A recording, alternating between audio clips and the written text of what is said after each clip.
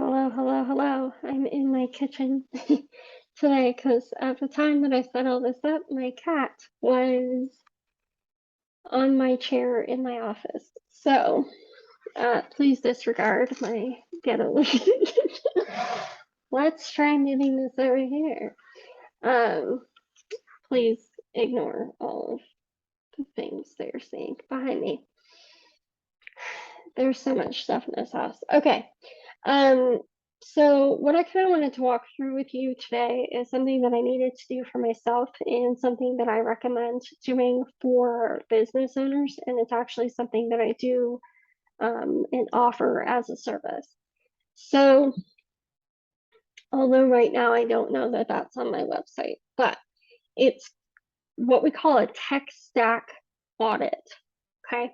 And what that means is we go through all of the things that you pay for your business and we see if those things are working for you, if they're not working for you, and if there's a better solution. And sometimes the answer genuinely is no. Meaning no, there isn't a better solution. And sometimes the answer is yes. So it really kind of depends on you. So like I said, I've gone through my businesses, and so this is everything I use for all of my businesses.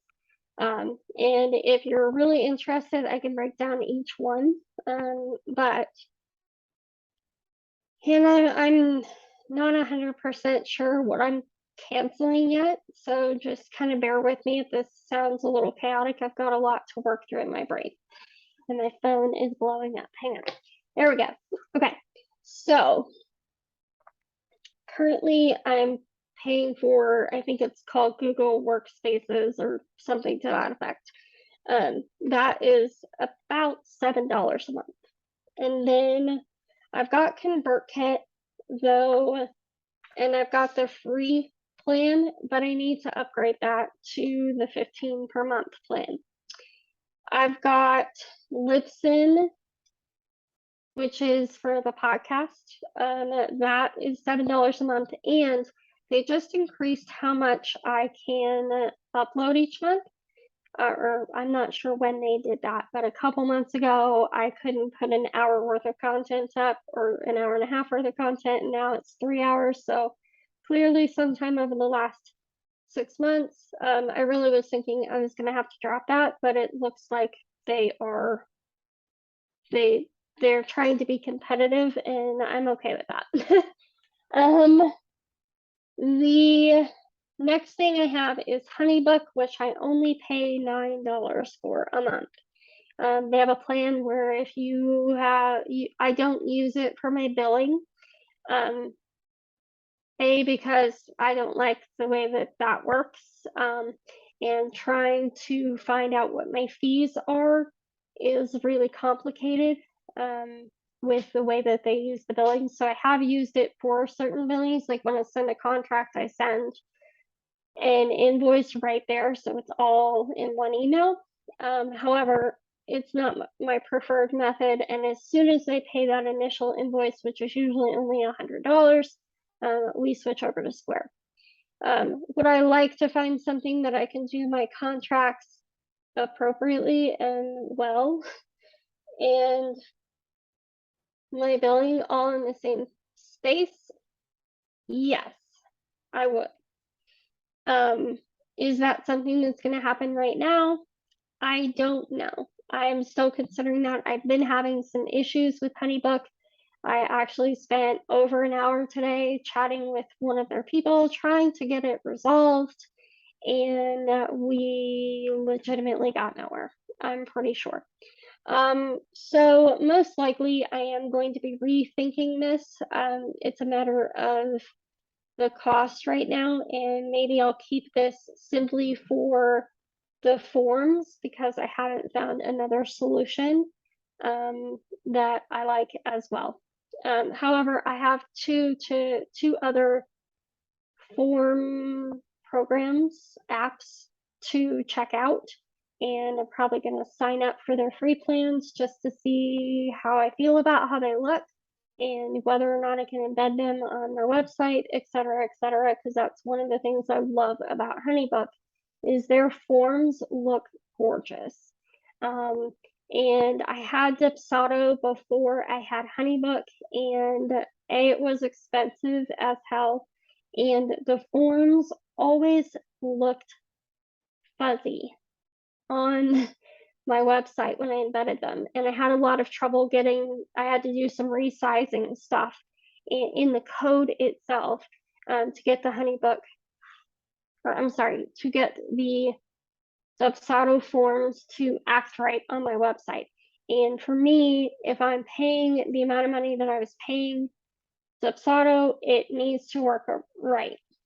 And they need to look like they match the rest of my website. And there just was no way to do that with Dipsado. Dipsado did have some things over Honeybook, and I can do a whole video about that if you want. Things that I liked better about it that I don't care for as much with Honeybook, like this whole contract situation that I'm having. So there's that, $9 a month for that. Most likely I'm going to be doing some switching around of things, and if I can completely get rid of that expense, I will. Square is what I use for billing outside of that, and I love Square. I've used it now since 2018, 2017, 2016. I don't know. I've used it for a number of years, and I've only had a problem twice. So Honeybook I've had for about a year now, and I've had multiple problems, and they were big problems. Square, as far as the billing goes, I've had one problem one time, and it wasn't even a problem. It was just hard to find out what needed to happen. So getting them to tell me what the actual problem was a little bit challenging. But it actually wasn't a problem with their system at all. I just had to threaten to leave in order to get the proper answer. So there was that. I pay 2.9% plus 30 cents per invoice that I sent. And that's for credit card transactions. You can do ACH with them, meaning that the person puts in their bank details, and it does it not for free, but for what is the fee? 1%. So it's considerably less. However, it took me almost 10 days to get my money. And I've done the same thing with Stripe, and I did ACH with them. It took the same amount of time, and quite frankly, I'll pay you an extra 1.9% to have my damn money. So there's that. If you're in a position where you're doing like $10,000 worth of invoices every month, you can usually get that reduced, but I'm not there yet. And I am at the point where I need my money. So I can't wait 10 days for my money from the time someone pays me. That just stresses me out. With the 2.9% for the credit card transactions, it's usually, unless somebody pays on like a Thursday or a Friday, it's usually the next day. So there's that. And they've gotten a little slow over the last couple days, but it's still within 2 days. 2 business days. That's the key. So Shopify I'm using for Allen and Mystic. I jumped on the bandwagon for Shopify because I was doing a summit, and I needed my shop up and running by the time the summit was going. And I had almost everything in a Square store, and I had almost everything in a WooCommerce store. Like I have 3 stores currently sitting open.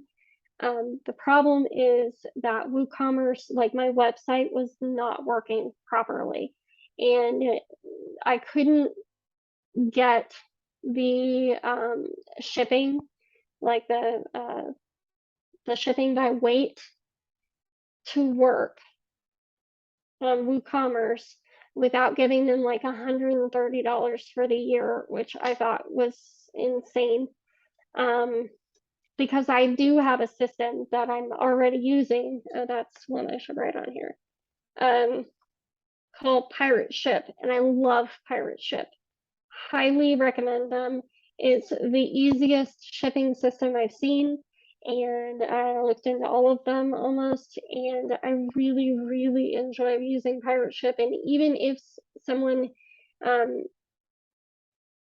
bought something in the Shopify store, I would still transfer it over to Pirate Ship because I like the way that it works. So anyway, I didn't want to dick with all that, and Square doesn't, you have to pay for, and I can't remember how much it was. It was like $80 a month if you wanted the calculated shipping. And I didn't want to do that. And Shopify is only $30 a month. The problem I'm running into now is that the summit didn't garner any orders.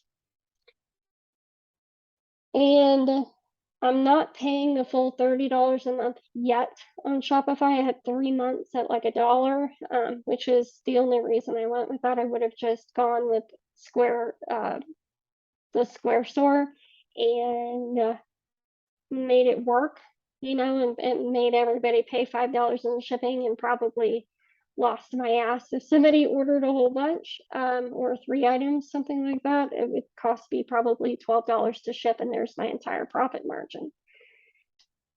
So that's why I went with Shopify. However, it needs to pay for itself.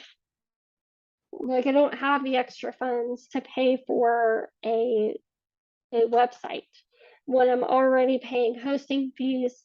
I'm already paying for the URL, which I can't use under Shopify. Like, you know what I mean? Like, I have all of this other stuff that I've paid for already, or am paying for, and none of it's working. So if I'm already not going to be able to use the URL that I have, and I'm already, the only thing that Shopify had that Square did not was a beautiful site. Like, if you go to Alan Moon Mystic Boutique and type in Shopify after that, I'll leave a link actually to the shop below, but it's gorgeous. And I really love the way that that looked.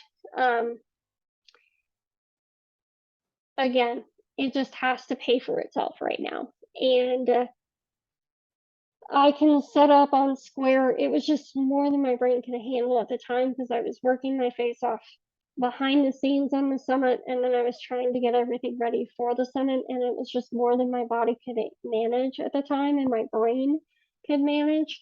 But I can set up profiles to where, like on Square, if somebody buys 1 to 3 products, they pay, or 1 product, they pay $5. If they buy 2 to 3 products, they pay, $8. And if they buy, let's say over 5 products, then the shipping is free. So like, that's an option. So I think I will go back to the Square site and do that as well. Also, Shopify is going to be taking more percentage wise from my sales, I believe, than Square would. But that's, again, a whole other thing. Although, you know what, I did a test run, and I don't think it took all that much. I'll have to go back and look at how much I actually paid for, because I lost about 80 cents on that transaction. So I'll have to go back and look. I use Xero for my own bookkeeping and for my bookkeeping clients. I use Wave Bookkeeping for a lot of my really, really small clients who I only do quarterly bookkeeping for. Although I'm really trying very hard to move everyone over to Xero, because it's just, even though it's a little bit of money out of pocket, like, I have access to plans that, the average consumer doesn't have access to. So, most people can get away with a $3 plan or a $7 plan, and they're fine. Let's go, next would be Canva. Right now I'm paying $12.99 for that, I believe. I think it's $11.99, but it comes out to $12.99 after tax or something to that effect. Maybe $13.84. Oh, I'm also paying for YouTube. And I'm paying $13.13 for that. I use the YouTube for a lot of things, obviously to host videos and then also to research. And I have another channel for my business, which I'm thinking of merging into one. So we'll see how that goes. Let's see. So Canva, I have Green Geeks for my hosting. That's $11 a month for WordPress, and that hosts 3 different sites right now. And I'm going to condense 2 of those down into one, and then I'm looking to figure out the rest. I'm going to have to look at Shopify or Squarespace for one of these websites because I really want to, and if I can get WooCommerce to work for digital downloads, which it should, that's kind of the key. And I think the reason that it wasn't working before was not just because of shipping, but because I hadn't renewed my website builder, which in the past had never been a problem, but it seems to be causing some serious issues this time, which for me, that really puts Divi, which is what I've been using for years, it puts Divi at the bottom of the pack because the way that it should work and the way that it was supposed to work is that you paid them $80 a year if you wanted support. And you know, after a couple of years, it would get so laggy that you'd need to update it, but it would work for at least 2 or 3 years without you having to do that. And even when it didn't work and got laggy, it wasn't non-functional. And now I'm to the point where it's almost non-functional. And that to me is ridiculous. So we've got Green Geeks, and then I use Namecheap for my URLs, and those are about $14.16 per URL that I have with them. And I think I have 2. I have one with GoDaddy that I have wanted desperately to switch over to Namecheap, but I just forget until it takes a little while to transfer those things over, and I always forget until after it's time to upgrade that.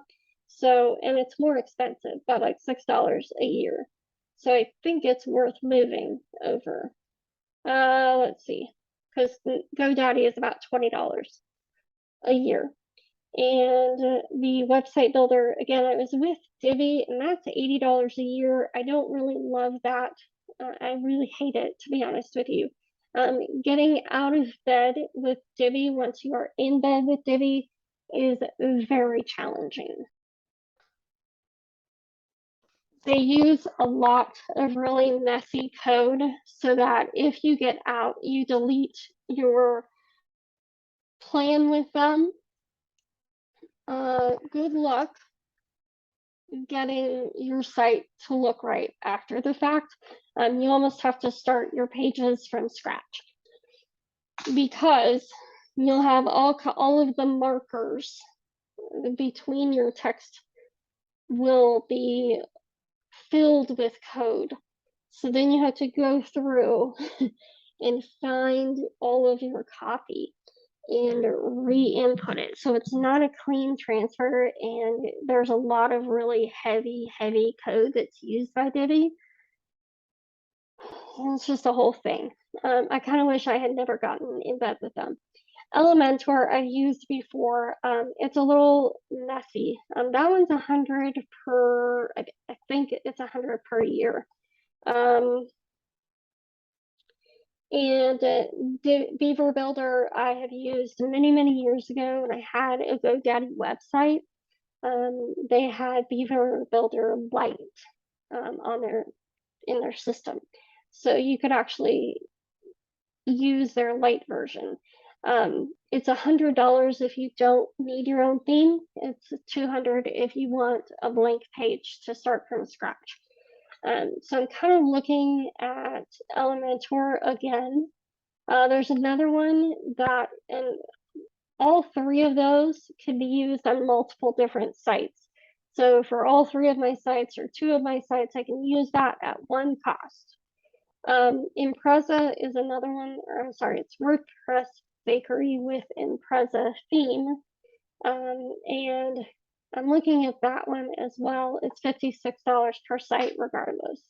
Like, it's not multi-site capable. So, and I don't know if that's a one-time cost or if it's a yearly cost. That's a whole other thing. I think it's a one-time cost. So that would be the cheapest.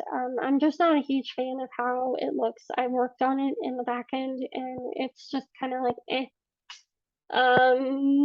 Let's see. I use Zoom. I use the free plan with Zoom. I use Pirate Ship, and that varies by package size, etc. And then I already told you about YouTube. So I've got all of these tech in my tech stack. And honestly, the only thing that I can really right now get rid of is Shopify. And I absolutely need to work on whatever website builder I'm using. I absolutely need to do that as soon as humanly possible because it's costing me money. So I think I'm going to move my Shopify over to Square just because it's a product-based business. I have to be able to ship. I have to be able to do things like this. And the other thing that I'm going to look at is for the podcast that I have is getting a new name. Yay, finally. I've been trying to figure out a name for 2 years, a new name for 2 years, and I finally have it, or a year and a half at least. And so it's going to be budgets and, sorry, I didn't mean to slap this, and it's actually the name of this channel as well. So budgets and boundaries. So I can still talk about, you know, all of the boundaries that I've put in my life and how that affects us as humans. My cat has decided to say hello. And it's going to really change the way I do things. And I want to have a digital product store for things like printables, for the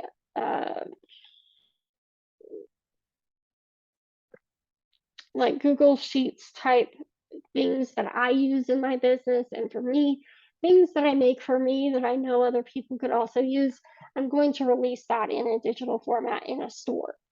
So, and I'm planning on doing Etsy, but I also, here's the thing I have about Etsy, right? I have a whole thing. I can do a whole video on this probably, but really, reality is that I've used Etsy before, and it required me to drive a lot of traffic to it. And personally, if I'm going to drive a lot of traffic to a website, I don't want to then have to turn around and pay them anywhere from 8 to 15%. Now, the 15% off the top is if they run an ad for me and those sales come from that ad, or if I run ads. But I can just as easily run ads elsewhere and probably get more traction. I don't know. So that's something I'm really playing with. It's like, yes, I'm going to have it on Etsy just so that if people are searching for on Etsy, they can find my products. But it seems insane to me to turn around and drive traffic to a site that's going to take a crap load more money off the top. That just seems insane.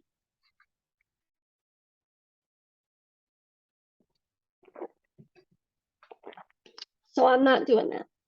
I want to make sure that I have my own website that you can go to and use PayPal.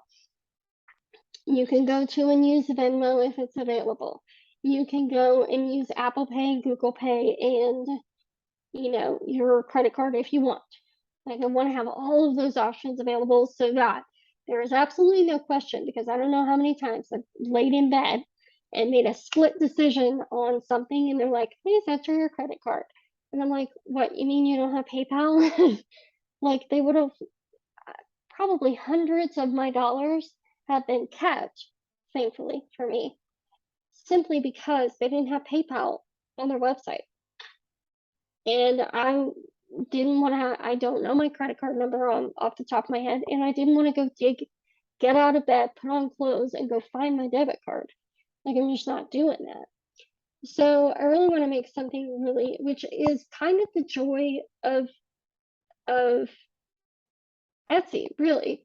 Like, that is the simplicity factor that people are looking for. It's like, okay, well, again, if I'm driving the traffic and I have all of those options available to you, why would you go and do it on Etsy?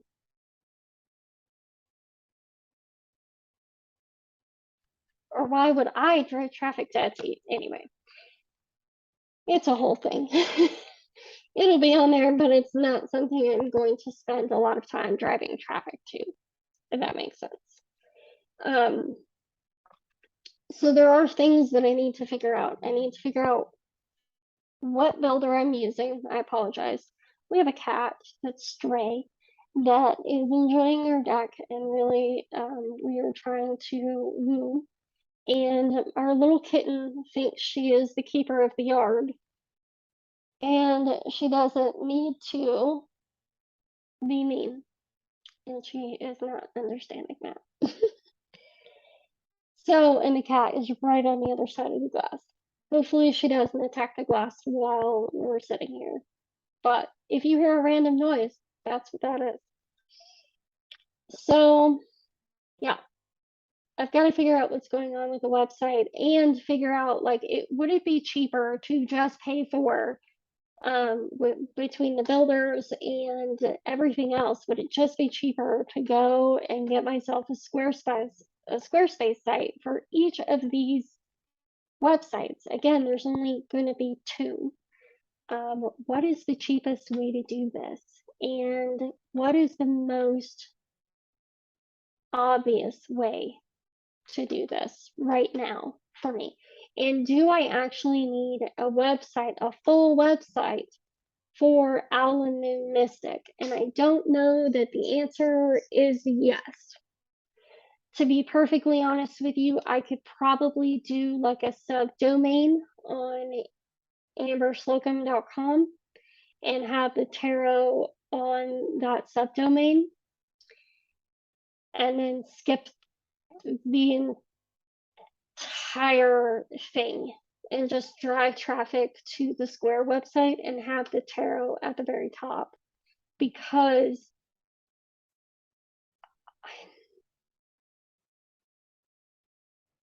I'm paying for a website that nobody goes to, and I rarely sell any tarot readings. And I absolutely have never sold a tarot reading because of that website. It's just not something that has happened to date. And that would be something I can set up in Honeybook. But I just haven't done that yet. Or actually, I have done it, I just haven't shared it to the world. So that's something I am considering. I can also use ConvertKit to sell those sorts of things if I really wanted to. Again, I just haven't. So anyway, I hope this was helpful. I know that it was like really just a lot of back and forth and round and round and round. So I hope you understand like what a tech stack audit is, at least, and understand like why you might do this. It's just a way to kind of regroup and say, is my money being spent the best way possible? For me, it's a little more confusing because I'm doing more than one business. But if you only have one business that I was working with you on, this is a lot more straightforward.